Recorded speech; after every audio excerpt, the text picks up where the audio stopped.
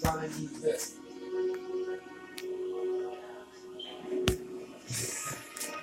I'm talking about cooking wise.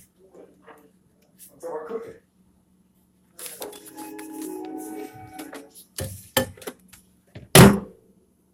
I'm sure you're fat. Fat and white, yeah, black. This will be fat like that.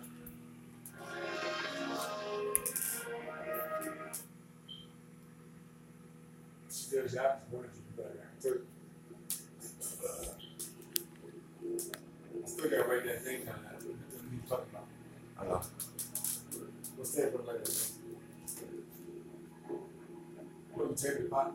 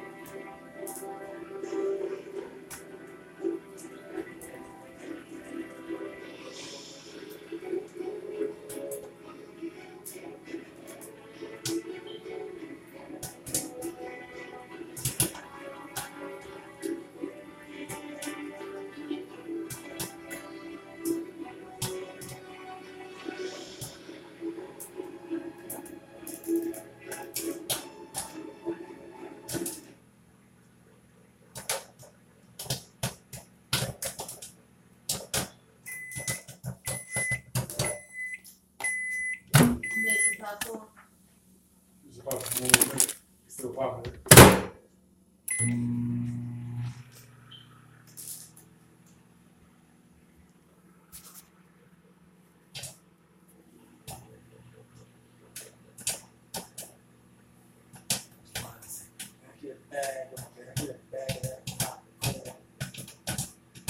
It's popping up here.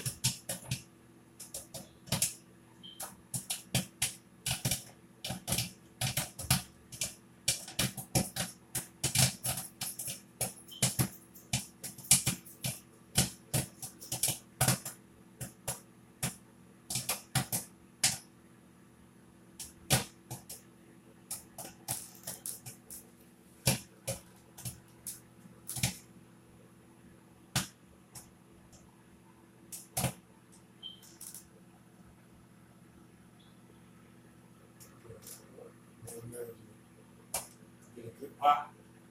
Take a minute.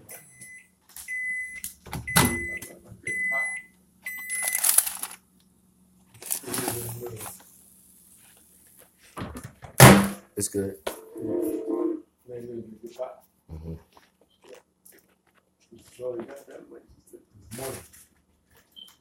Oh, all right.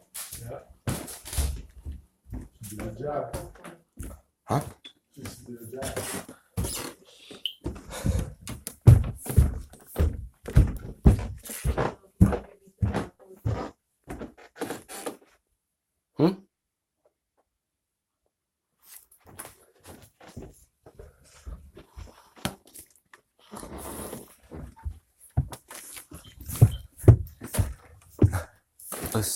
This.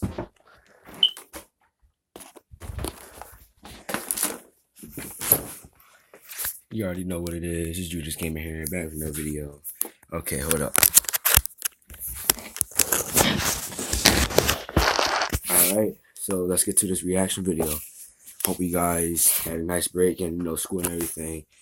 Just to let you guys know, testing is coming up for me, so let's do it. Got some popcorn. Here we go.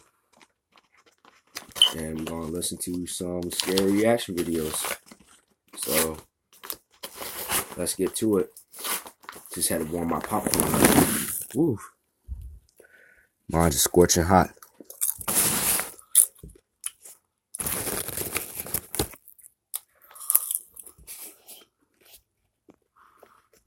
But let's, you know, get a good reaction.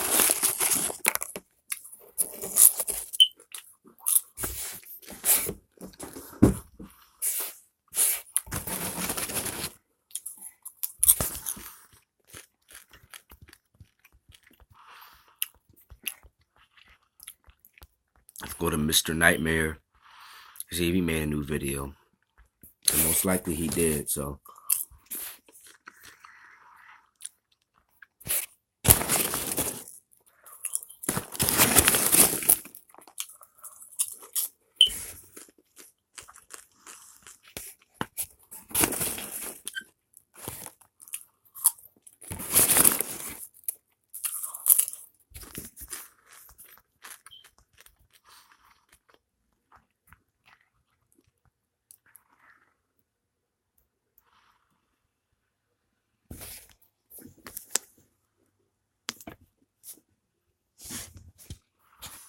Throw it up in a minute.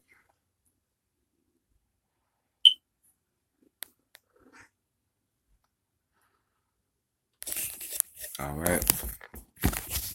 Let's get to it. Responded. And then I noticed that not only was he sprawled out on the ground, but his cell phone was also... I don't know what this was. My bad. But let's get to it. For those of you who have never been to Tokyo, the city is bustling and busy up until midnight. Once midnight hits, the train system shuts down. So if you're on the train at 11:59 and it's about to turn midnight, the train will go to the next stop on its track, and then everyone has to get off. You spend many nights in Tokyo. Hope you guys see my Instagram lately and my Facebook and my Twitter lately.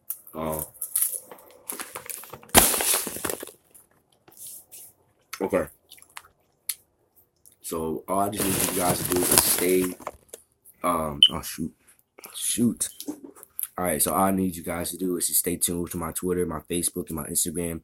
Just to let you know before starting the video. This reaction video is going to be on Japanese horror stories, so stories that took place in Japan. And what he just said was had the train shut down at 12 o'clock on the dot. So if you're on the train 11:59 and then you get off at the next stop. So hey, that it is what it is. It's different. But if you guys want to see me make more videos like more gameplays, or like more reactions, let me know.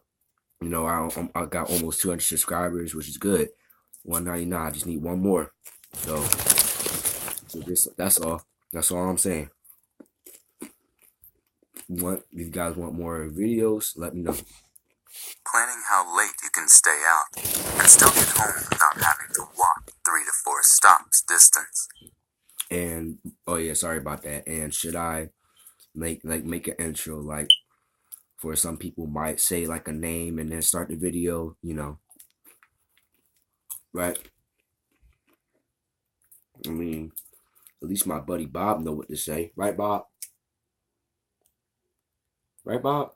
You know, I got my, but should I like say something like welcome to the squad or something? The J squad, since my name is Jude and it starts for J squad. Right, Adam? All right, Henry? Right, Henry? Man, shut up, Henry. Shut up, Henry. I don't know why you're saying this. No, shut up. Shut up. I gave you a chance to say it, but you didn't want to say it. I gave you a chance to tell me something, but you didn't want to tell me anything, man. Shut up and go over there and go about your business, Henry. I don't care, Henry. And the same with you, Bob. Get out my face, Bob. I'll say it. Let's get back to the video. This night my friend and I messed up and ended up having to get off the Yamanote line, probably the most famous line in Tokyo, 4 stops before where we lived. Knowing only the vague direction we had to head home, east, we got off at a station at midnight and started walking. station there was a businessman in his 30s or so, face down on the ground. Now in Japan it is not uncommon for people to get drunk and pass out in public places, so I didn't think anything of it, and went up to him to ask him if he was okay.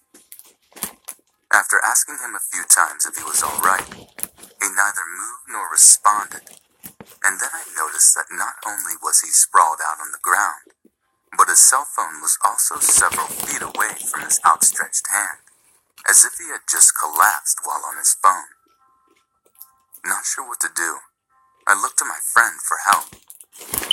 At that exact moment, a car came zooming down the narrow street and stopped at a grinding halt by us. The driver, a young Japanese guy, looked at us first, then looked at the man on the ground. He asked the man if he was alright and got no response. Then the situation hit him, and he saw me and my friend, two foreigners, standing over what could have been a dead man on the ground. He clearly got spooked and drove off without pushing the issue further. Based on how strange the situation was, and how impossible it would be to explain even in English and not look like we had hurt or killed the guy, my friend and I decided to get out of there as quickly as possible, and we took off, following the tracks as best we could to get home ASAP. About 20 minutes later, near the next station, who do we run into smoking a cigarette? The guy who had pulled up in the car next to us. He seemed visibly still shaken. He glanced at me, and I at him, and once he realized where he had saw me from, he put his cigarette out at inhuman speed, got in his car, and sped off. That was the last we saw of him. For years, my friend and I would randomly discuss what had happened to the guy in the car, as well as if the guy in the street was actually dead or not.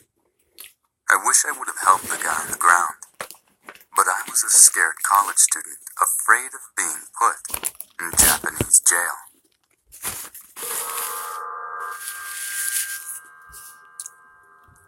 Okay.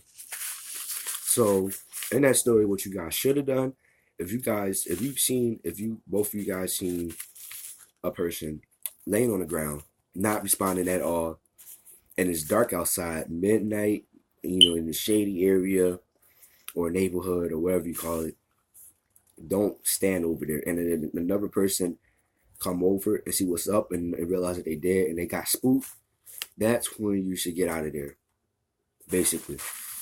I don't know why you guys just stand there, because if I was there and we get off the train and we went down the neighborhood, or if we didn't know, we're in a shady area and we seen someone laying on the ground and they then wasn't moving at all, and they was in the shady area and they did, you call the police, but yeah, you get out of there.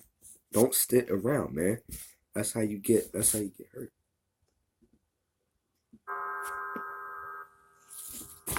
To start off, I had just finished my junior year in high school, and my Japanese language class was taking a trip to Japan to learn more about the language and culture. A friend of mine, and now girlfriend, who was unable to take Japanese that year, asked to come along, and was allowed to by our teacher. The trip was 13 days, and covered a lot of ground in Japan. This friend, who we'll call Sarah, has a history of horrible headaches and migraines, but neither surfaced during our trip, except for one. We were in Kyoto, about to watch a performance of various types of Japanese theater, and had showed up a bit early. While we were in line to buy our tickets, Sarah started looking a bit distressed, and I asked her what was wrong. One of her headaches was coming on, and I had no clue what to do. I only knew it was going to get horrible. In an attempt to relieve her pain, I offered to take her to buy some coffee. Caffeine helps headaches. The great thing about Japan is that there are vending machines everywhere, and more often than not, they'll have hot and cold coffee cans in them.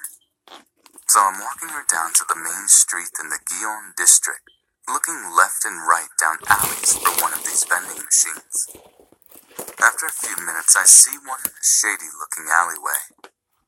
As we get to the vending machine, I start pulling enough yen out of my pocket and have enough for 3 drinks.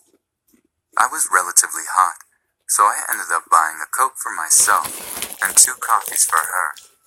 The other just in case it happens again.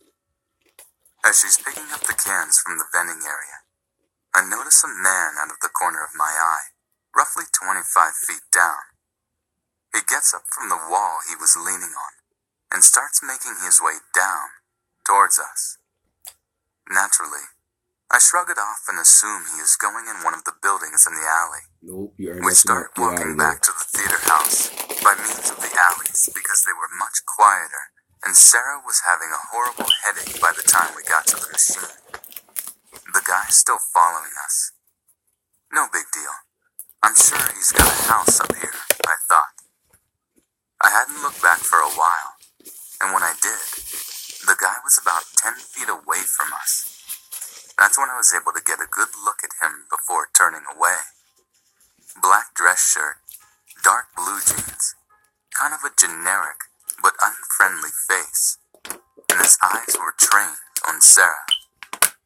At this point, I got every shade of red alert going off in my head, but I have absolutely no clue what I would do should I have to intervene. I'm still holding my can of Coke in my hand, and that's about the only weapon I've got besides a knife in my backpack.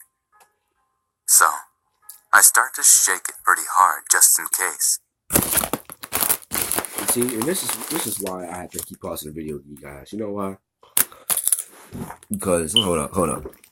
Okay. So they in the alleyway getting they getting like drinks from a vending machine, and then you got this man who comes out of nowhere, out of the shadows, or something that approaches them, and you don't have no weird feeling about that. Like, even if you're not acting shady, I'm still gonna like notice him, but be aware of your surroundings. Oh yeah. And be like, what's that? But you be aware of your surroundings. Know that, oh, he's over there, or so I heard something about they over there. You gotta know. It's called use your ears, because you got ears to hear. You got ears to hear. So when you're not smart enough to know that, that's not good. And he already giving you a chill, so like, why would you stay there? Get your stuff and leave and go. Don't stay around. That's what I'm saying though. But that's all. That's what I don't get. Should I have to use it then, it'll spray all over the guy's face and give us just enough time to hightail it back to the main road, where she wouldn't be in any danger. You should have been hightailed. As I'm shaking the can, the guy advances closer and closer, and finally puts his hand on her shoulder.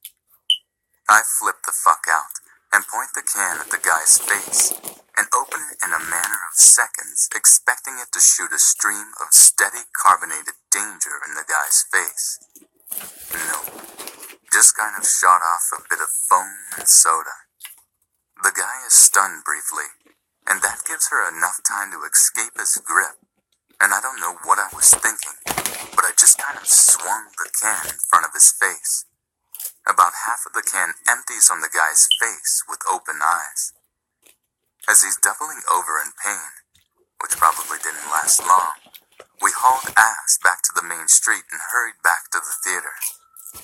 Now, I have no clue what the guy's intentions were, but I'm just glad I was able to keep her out of danger. You should have been hightailed out of there. Don't wait around. That's your problem. You wait around. Don't wait around. So I recently went on a trip with my family to Japan. Overall, I really enjoyed myself and thought it was a beautiful country. But one thing happened to me that kind of puts me off. I had recently got out of the hospital before we went on the trip. recently meaning 2 days out of the hospital. I got my appendix removed and blood sucked out of my stomach. So as you can probably imagine, I was not in the best shape and very sore and incredibly fucking tired. My family had decided that they would go out and explore a temple, but I decided to stay back in the hotel because I was in too much pain and needed to rest. About 2-ish hours after my family had left, I decided I was hungry. Seeing a 7-Eleven out my hotel window, I decided to go and get something to eat because it wasn't too much of a walk and there was no room service or anything. So I set off on my small journey to get some food. After buying some kebab things and a strange cake, I went to the small seating area to sit and eat because I was too tired to walk back yet. It was just me and an older Japanese man sitting behind me. I felt someone touching my hair. I turned around. He started trying to tell me how beautiful my hair was, but his English was terrible. So I just smiled and said, "Thank you." Move your sheet. This was not uncommon, as I have strawberry blonde hair, and a lot of people in Japan seem to be fascinated with it. People always come up and touched it. I got back to eating, but soon after, the man moved next to me and started trying to talk to me again. Creep. To be completely honest, I sort of felt obliged to try and communicate, because he seemed so cute and old and innocent. I just wanted to be nice. Bad idea. Shortly after, he decided to take a seat next to me. He starts saying short phrases in English. Incredibly sexual short phrases. His English seemed to have gotten better, and he continued to ask me for sex and tell me I was beautiful, and I was very uncomfortable at this point, and got up and left the 7-Eleven. At this point, he decided it would be really cool and a fun idea to come outside with me. I was so tired and needed more pain medication, so at this point I just couldn't deal with his shit. I wanted to go back to the hotel and nap.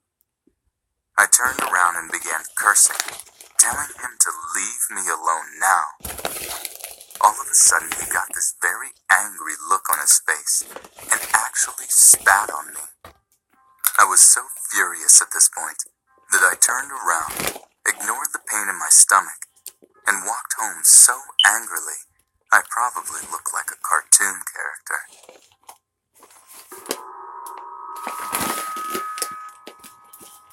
Playing for life.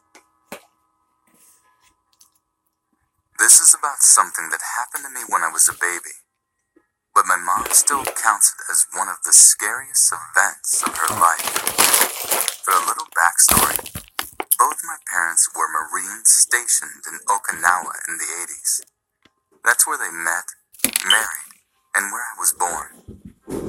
Once I was born, my mom opted for honorable discharge, but stayed in Okinawa with me as dependents. At the time, there was nothing available in base housing, so my parents had a small apartment out in town. Both of my parents still agreed that their time in Japan was the best of their lives and had many friends, both Marines and Japanese. And according to them, I was a very popular baby with their Japanese friends, with my blonde hair and blue eyes. One night when I was about 4 months old, my dad had to go for a training exercise, leaving my mom and I alone for a week or more. My mom had no problem with this, as they lived in a very safe neighborhood. So safe that they had once witnessed a 4-year-old child walking home alone from his grandmother's house at 3 a.m., and no one thought anything of it.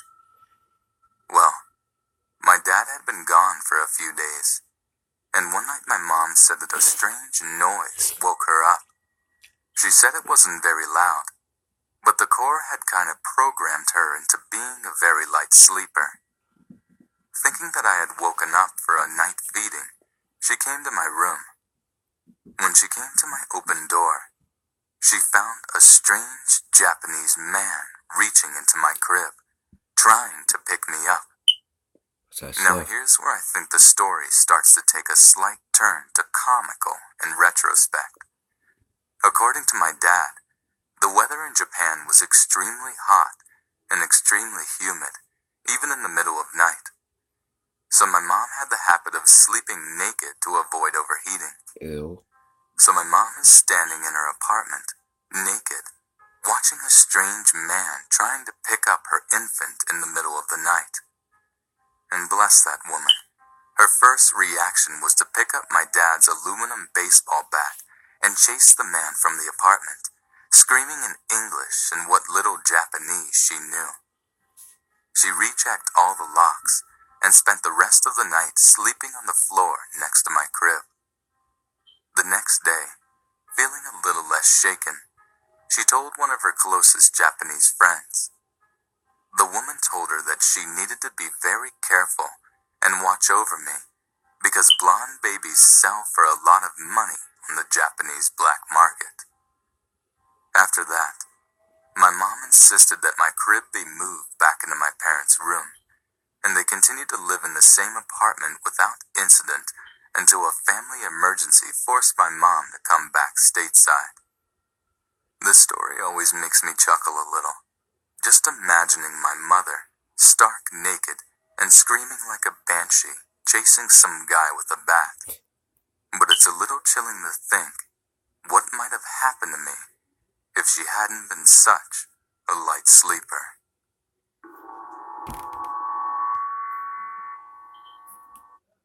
Okay, so that's the end of the video. A couple of announcements coming up. There's going to be a lot of Instagram stories, so go check that out. Everything that you need will be down in the description down below. There'll be a lot of Facebook. I don't really do Facebook like that, but I might do maybe share something to Facebook from my gram, and there'll be a lot of Snapchat. There'll be a lot of Snapchat stories. So hold up, I'll be right back in a minute.